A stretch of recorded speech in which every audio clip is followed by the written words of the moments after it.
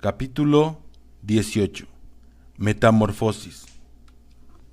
El joven Saulo se lanzaba a través del mundo, marcha día y noche, solo, las extensiones del cielo arriba, los mares de arena abajo, y él entre ellas.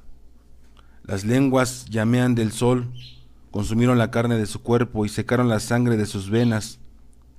Su cuerpo, hato de huesos y nervios, medio envuelto en un lienzo que el viento y la arena han reducido a harapos.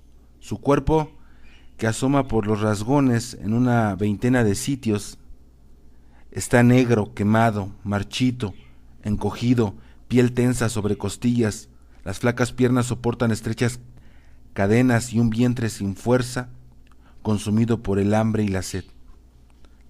Las largas manos, lastimosamente flacas como las de un niño hambriento, se apoyan en un bastón de junco, mientras sus pies se hunden a cada paso en las arenas sin sendero.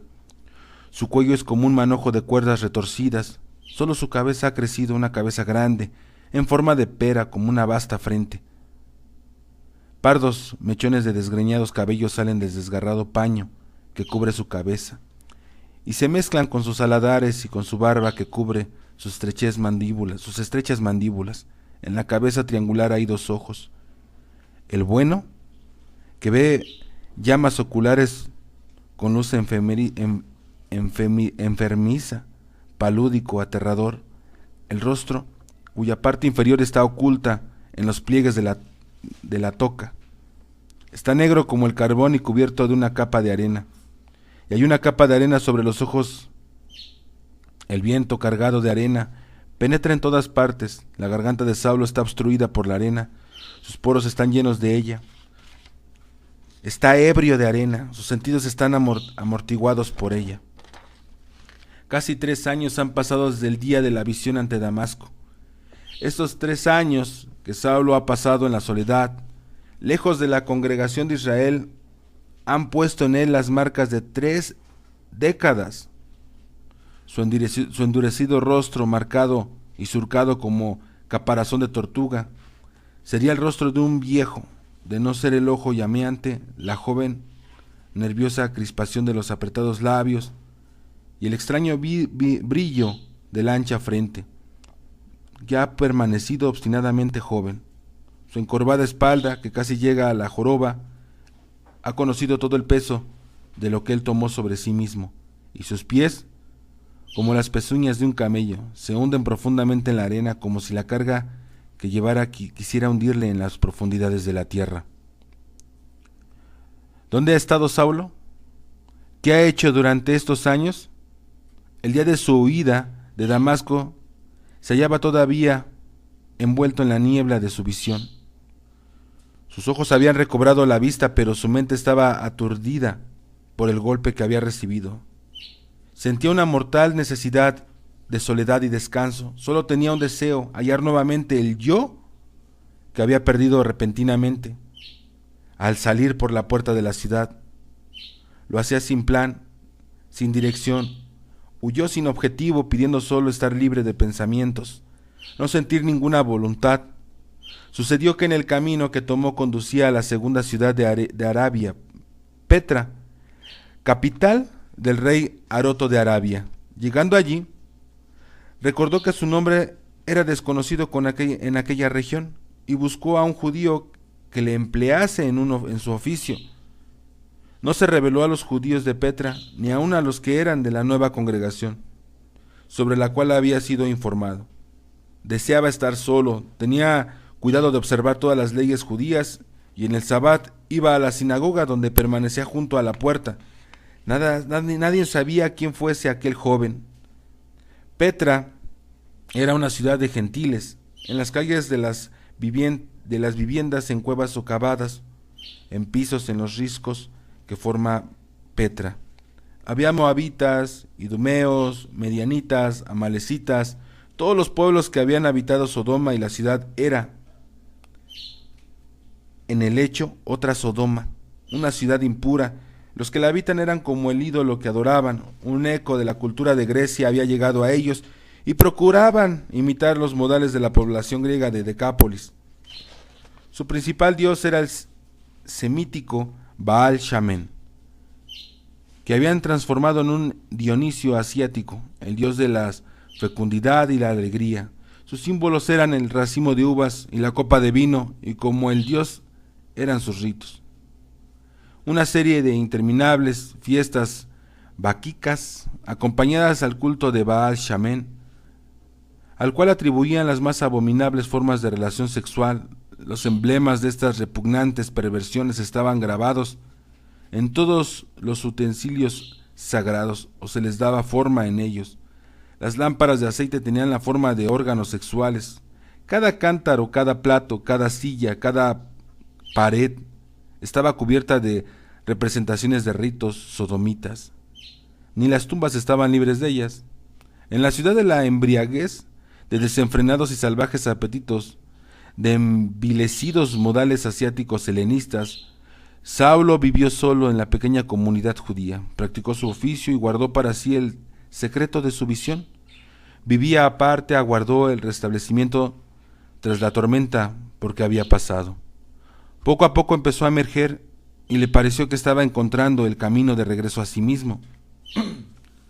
Pero cuando su restablecimiento alcanzó determinada etapa, fue arrojado por su propia, recobrada fuerza a un nuevo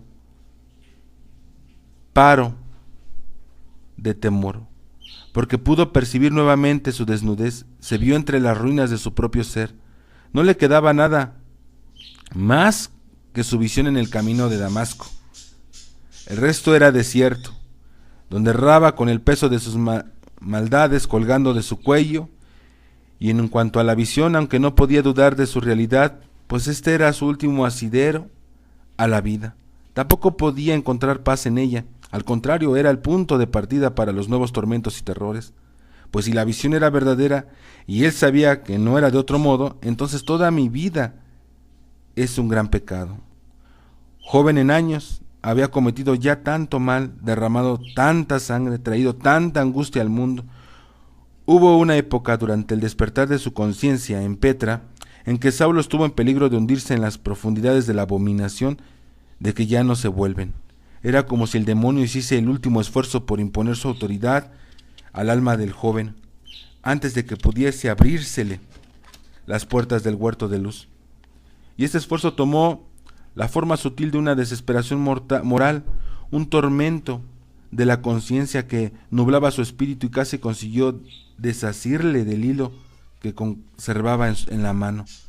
Se decía una y otra vez: si he hecho tanto mal hasta ahora en el nombre del bien, ¿qué prueba hay de que el bien que hoy posee sea la medida verdadera, la última? ¿Acaso venga un día en que me será dada otra medida, según la cual los pensamientos que acaricio ahora y los actos que me propongo sean tan malos como los de mi pasado? ¿Quién, en efecto, es el hombre para que pretenda penetrar hasta la verdad final? No, somos sino sombras pasajeras, somos engendrados por una gota de suciedad, y todo lo que está en nosotros, pensamientos, actos, verdades, que llamamos el bien, es sucio y pútrido por su comienzo. Y si esto es así, ¿por qué no viviríamos como los paganos, según el carácter de la impura gota? ¿Por qué no saciaríamos todos los apetitos que nacen de ella? Pues yo soy un tarro hediondo que será quebrado. Queremos encaramarnos al cielo. Investigamos las honduras, pero lo desconocido está cerrado para nosotros con 7 sellos. Y sucedió que una noche Saulo fue arrastrado en una procesión triunfal de idólatras, una agitada multitud de hombres y mujeres que llevaban en alto palmas y antorchas. Pasaba por el estrépito de címbalos y ruidosos cantos, bailando medio desnuda a la música de flautas, hacia la escalinata del dios de la ciudad, Baal Shamen, dador de juventud, renovación y alegría. Una ágil, ojinegra, niña árabe de piel morena se lanzó hacia Saulo y le atrajo al círculo de danzantes. Participó aquella noche en la comida de carne de cordero y cabra de los altares de los ídolos, se entregó al baile. La música y la variedad del rito. Despertó en la mañana en los peldaños del templo y su cabeza estaba en la falda de la idolatría. Y le torturó la duda de si en la noche había contaminado su cuerpo ante Baal Shamen.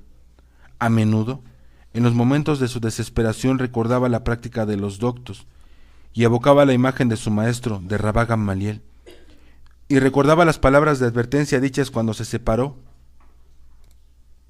Saulo, temo por ti, rogaré a Dios por tu alma.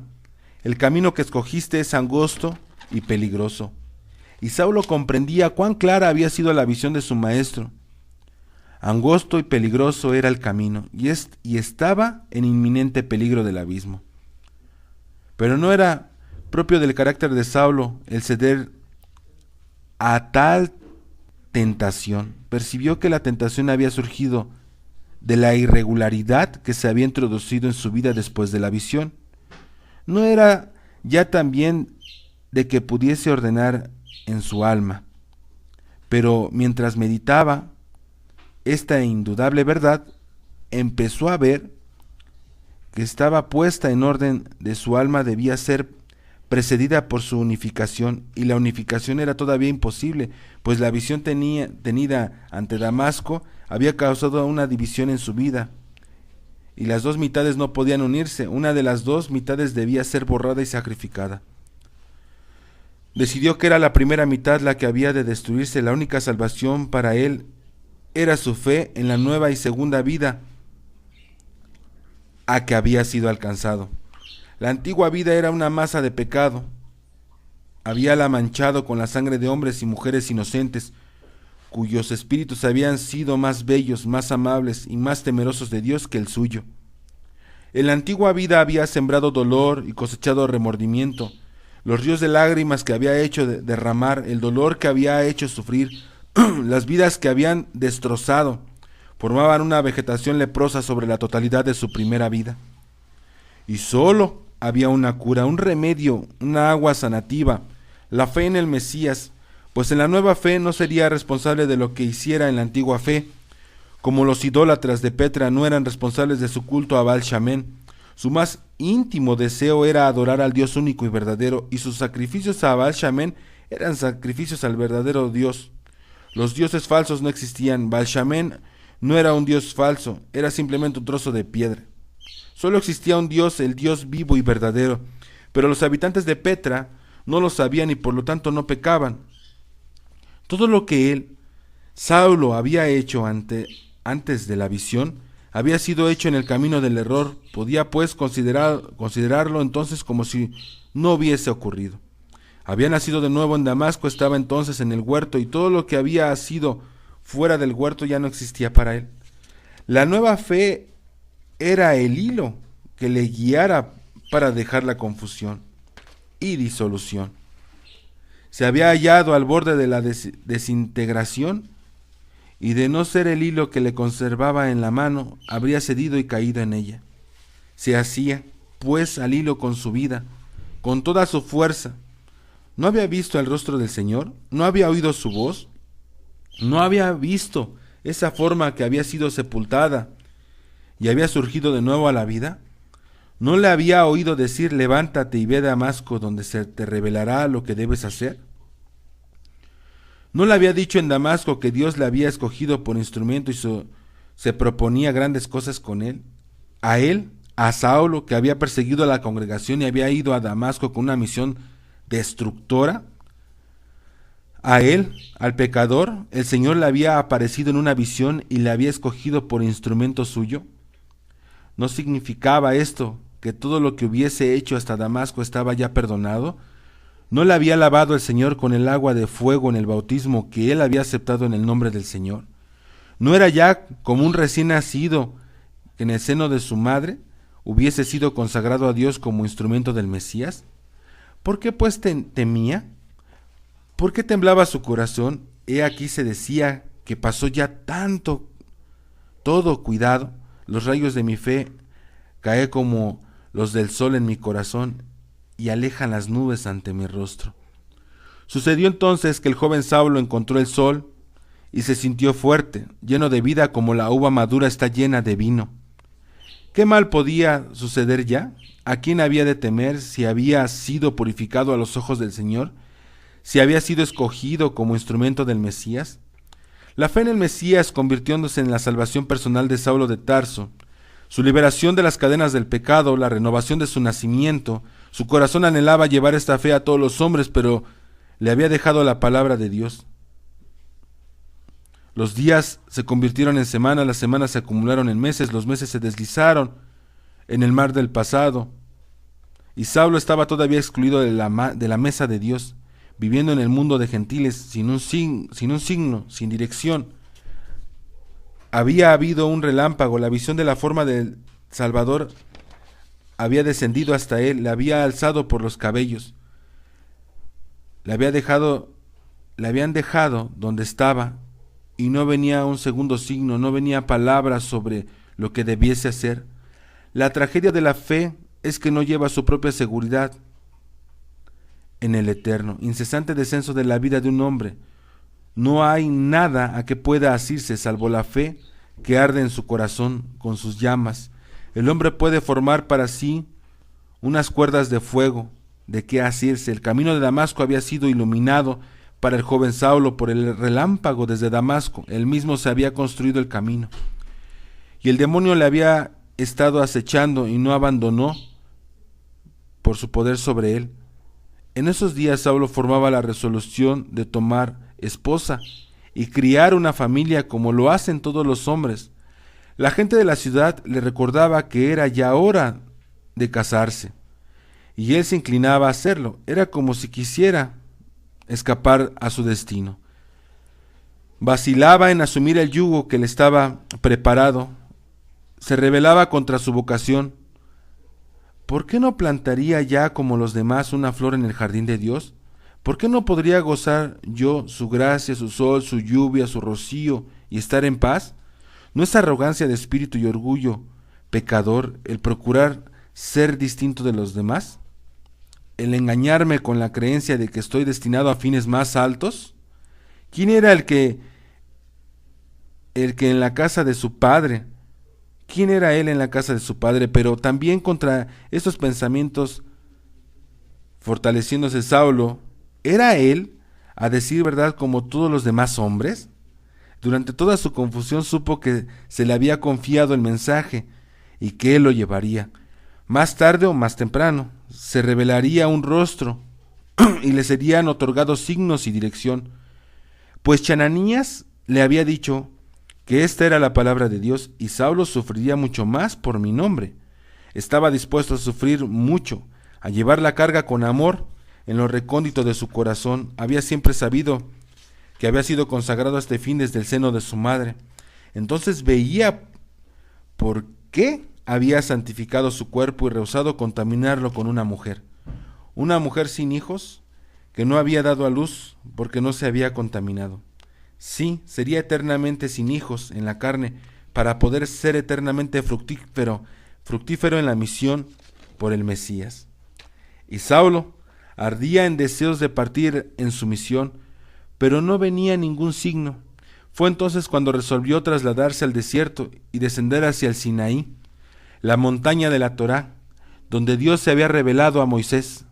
El Sinaí había atraído siempre al espíritu religiosos que estaban avinados del Espíritu Divino, habidos entre los esenios y entre otras sectas de entusiastas. Se creía que la montaña era especialmente propicia a la inspiración de visiones, pues esta era la montaña que había sido escogida entre todas para dar la Torá, y la tradición la declaraba la más pura de todas las montañas, el centro de sagrada inspiración. El Espíritu Divino se cernía sobre ella porque no se había manchado con cultos idólatras como las otras montañas. Los idólatras no habían podido poner el pie en ella.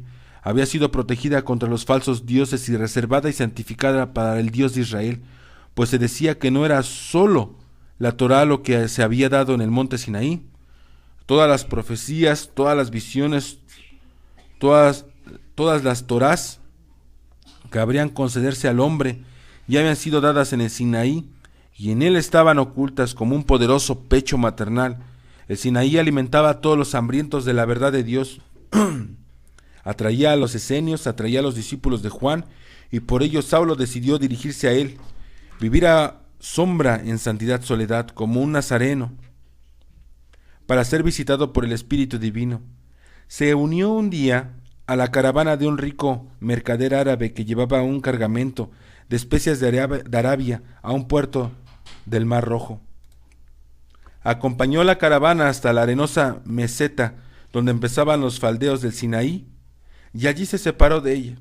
En las lomas sin camino se encontró aquí y allá nazarenos marchitos, medio muertos, que habitaban en cuevas, esenios, discípulos de Juan el Bautista y miembros de la hermandad de Damasco, los hijos de Moisés, que también creían que el Mesías había venido y aguardaban de un momento a otro el comienzo del reino del cielo en la tierra, para el cual se santificaban y preparaban.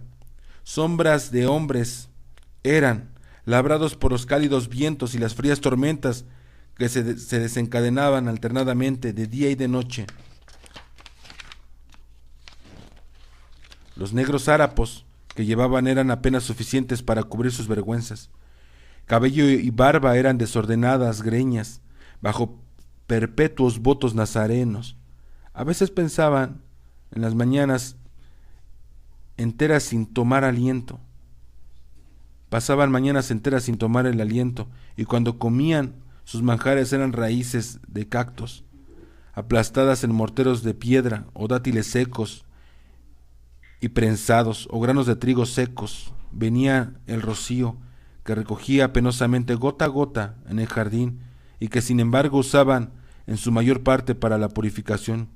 Pasaban los días orando y meditando, y en la noche miraban al cielo desde sus arenosas cuevas, y leían su destino en las estrellas. A menudo se alzaban gemidos y rugidos desde las negras cuevas, invocaciones, clamores en las lenguas de aquellos que estaban poseídos por el Espíritu Santo.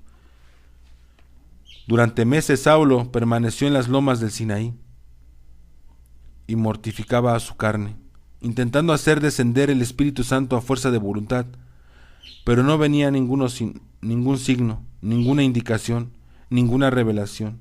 En realidad, a causa de la debilidad del cuerpo, el espíritu era más débil. Él dejó de pensar y analizar, desvaneciéndose su yo, arrastrando en él un torrente de involuntaria, estéril e histérica exaltación, que le redujo, como había reducido a otros, a un balbuceo incomprensible. Estaba embriagado y no podía mandar a sus sentidos, pero Saulo detestaba aquel estado. Daba muy poca importancia al balbuceo que pasaba por lenguas. El centro de su mundo era su yo consciente, de base firme y pensamiento claro, que medía, juzgaba y definía. Prescindía de todo lo que se hiciera sin su yo. No reconocía su participación en aquello de que estuviese ausente su cerebro. Su cerebro era su yo. Ni en sus visiones abandonaba su yo, pues siempre se veía a sí mismo como una parte importante de la visión. Había sido demasiado tiempo alumno de Rabá Gamaliel, había sido educado demasiado tiempo en la tradición de los fariseos, en la disciplina de la casa de Hillel. Había para abandonarse a la confusión de la histeria y la exaltación inducidas por las privaciones del cuerpo. Recordaba lo que se le había dicho en la casa de su rabino respecto al venerable Hillel. Los adversarios de Hillel, discutiendo con él ciertos puntos de la ley, intentaron sorprenderle declarando que tenía el apoyo de voces del cielo. Pero el viejo maestro no se dejó impresionar, contestó que la Torá había sido dada a la humanidad y no a los ángeles, y que por lo tanto era Hillel y no los ángeles quienes decidieran lo que estaba acertado y lo que no. Saulo ponía tanto énfasis en el yo, que aún en las visiones del camino de Damasco su primera pregunta había sido: Señor, ¿quién eres? Aún en la visión insistió en saber quién tenía enfrente, con quién trataba, ante qué autoridad se le pedía que se inclinase. Allí, en la loma del Sinaí, hallábase en una compañía de visionarios. Lograban la ascensión del alma.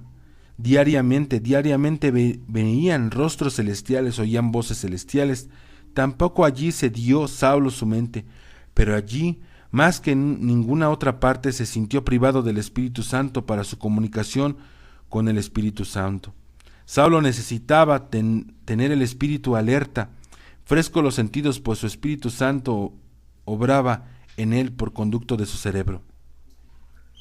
Decidió, pues, retirarse del monte Sinaí. Anhelaba de nuevo hallarse entre las habitaciones humanas, anhelaba hallarse en el lugar donde empezara su nueva vida. ¿No se le había dicho que en Damasco le sería revelado su misión? Bajó al pie de la meseta y se unió a una caravana que se dirigía a Damasco.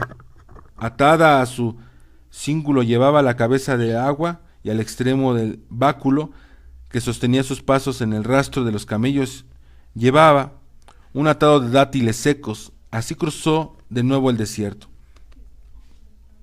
Y no se crea, aunque muchos lo han dicho, que el desierto tiene un solo aspecto. A veces el desierto presenta el aspecto de un gran mar en calma. Rizado por el frío, pequeñas olas de arena se encallaban como las escamas de un cuerpo de leviatán. A veces el desierto estalla en tormenta y entonces se forman hoyos y montañas en superficies. En tales momentos, el gastado cuerpo de Saulo se agachaba y subía y bajaba como en la cubierta de un barco. Cerraba los ojos, tapaba su boca con el extremo de su toca. Luego la tormenta amainaba, las arenas ondulaban. Dulcemente bajo el sol el viento dibujaba simétricos arabescos en su superficie como una misteriosa escritura. Luego Saulo encontraba campos de muertos, tumbas de desierto. La arena tomaba la forma de secos huesos de hombres y bestias. La generación del desierto, la primera generación de la liberación de Egipto, había pasado por ahí. Sus esqueletos estaban sembrados bajo la arena. Aquí y allá surgían como buscando una vez más el calor del sol del desierto. Parecíale a Saulo que podían oír una lamentación. Moisés, Moisés, ¿por qué nos dejaste en el desierto? Lejos, hacia el oeste, se oía el apagado murmullo de los israelitas que avanzaban. El arca del Señor precede a la multitud. Allí estaba Moisés y Aarón sembrando la arena con los huesos de los muertos del desierto. Y luego se ponía el sol, el cielo era inundado de sangre y fuego como si se ofreciese a Dios un tremendo sacrificio. Abajo, las olas de la arena se encendían con las llamas de arriba. A lo lejos, en el horizonte, chocaban y mezclábanse el campo del sol y el campo de arena. Largas sombras negras se alzaban lentamente para establecerse en la ruta del desierto. Saulo llegó a un lugar que Dios había pensado convertir en oasis, pero no había llegado a completar su pensamiento. En este lugar había habido sin duda un poco de agua en el remoto pasado, fantásticas formas de cactus, palmeras enanas, plantas deformes de varios modos, condenadas al nacer, tenían allí una media vida. Luminadas de arena, sacudidas por las tormentas, parecían pedir socorro. Medio hundidas en el mar de arena, allí, entre las plantas lisiadas, Saulo se detuvo en la noche. Las habitaciones humanas no podían estar ya lejos, por el quejumbroso ladrido de los chacales, por el aullar de otras criaturas que se oían a la distancia. Saulo sabía que se acercaba al borde del desierto. Se tendió en el suelo, vuelto el rostro al oeste, hacia el templo, y dijo la Shema vespertina. Luego dejó caer unas gotas del agua de la cabeza a sus manos, lavóse y comió unos higos secos de su atado. Alabó a Dios antes y después de comer. Luego buscó entre las plantas enanas un lugar donde acostarse, de modo que ninguna bestia pudiese acercarse sin despertarle con el ruido de sus pasos. Se tendió de cara a las estrellas que iban surgiendo en el cielo. Su lienzo estaba tan desgarrado y gastado por los vientos que ya no podía cubrir su cuerpo. Solo entre el cielo y la tierra Saulo yacía allí, y su espíritu platicaba con el cielo, como en disputa. Todo el universo se había concentrado en un punto y se había convertido en adversario, que estaba a su lado y disputaba con él. Era como si el mismo Saulo estuviese fuera de sus límites del mundo. Lo podía percibir ante sí, cogerlo, encerrarlo en su mano. Este mundo, este universo era una criatura como él. ¿Y quién era el creador de ambos? Dios, cuya gloria llena el universo, si él pudiera descubrirle allí, en el velo más íntimo del cielo, enfrentarse con él incambiable, descubrir lo indescubrible. En esa noche sus pensamientos eran claros y vivos. Su mente funcionaba como un molino bien equilibrado. Saulo pasaba la semilla de su experiencia una vez más por las piedras molares de sus dientes. ¿Qué le había sucedido? Había tenido una visión. En esta visión se le había revelado el Mesías. Este era el tesoro que tenía en su mano. Sobre este tesoro lo estaba construyendo todo. ¿Quién fuese el Mesías? Lo había sabido hasta entonces por los libros, por los profetas, por el libro de Enoc, la sabiduría de Salomón, las sábilas y por su propia inspiración. Sabía que el Mesías era el desconocido, el inconcebible, retirado de la comprensión del hombre. Era el inimaginable que vendría con las nubes del cielo, rodeado por las huestes celestiales a juzgar al mundo, habiéndose estado con Dios antes que fuese creado el mundo. El inimaginable e incomprensible se le había pues descubierto, había oído la voz, había visto la forma, y él, Saulo, le pertenecía por la eternidad, pero ¿era realmente el inimaginable el que le había revelado el Mesías? Si ello era así, preguntábase Saulo por centésima vez. ¿Por qué a la pregunta de Saulo, Señor, ¿quién eres?, no había contestado, soy Jesús el Mesías, sino, ¿soy Jesús a quien tú persigues? ¿Qué preguntábase Saulo? Quería darme a entender con esa respuesta qué propósito encerraba si él, el Jesús a quien yo perseguía, es una parte del Mesías. Significa que lo mesiánico empieza no con su venida sobre las nubes del cielo, sino con el perseguido Jesús. Y el Jesús que vendrá con las nubes del cielo es el único y el mismo Mesías en su totalidad. El Mesías que vivió con nosotros y no le conocimos. Es el Jesús que habitó entre nosotros, nos enseñó, realizó obras buenas para nosotros. Fue torturado y murió en la cruz. Si ello es así, entonces el Jesús terrenal es una parte tan importante de la fe en el Mesías como el Jesús que vendrá con las nubes del cielo.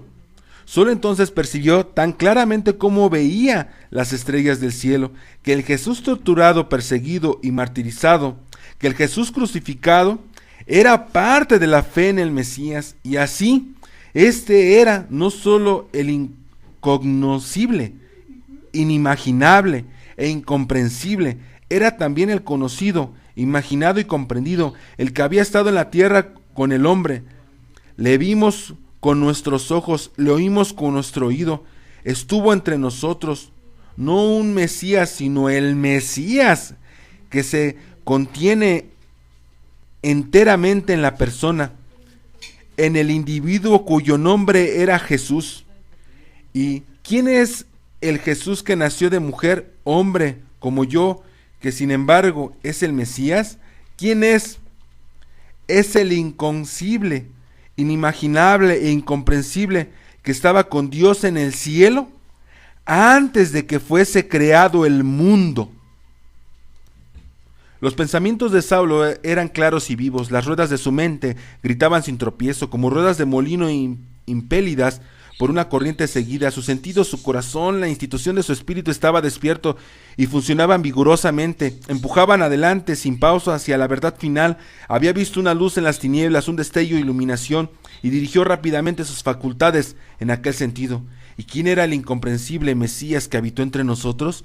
No puede ser meramente lo creado, tal como yo, tal como son las estrellas. Lo creado es incomprensible.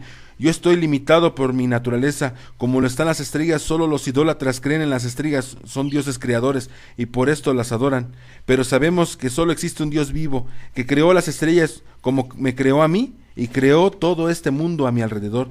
Todas están ordenadas por un movimiento, según un sistema que la sabiduría de Dios, la sabiduría dirige el movimiento de todas las criaturas. La sabiduría determina el orden del mundo, llena toda la creación de Dios como el agua llena la corriente. Por esto lleva la sabiduría el nombre de hija del cielo. Es la naturaleza de Dios, la irradiación del Dios, que también es comprensión, y nada puede existir sin ella. Sin ella todo es falso y engañador, y ha de caer a trozos, pues es la parte divina que obra en la creación, y sin la divinidad nada puede ser.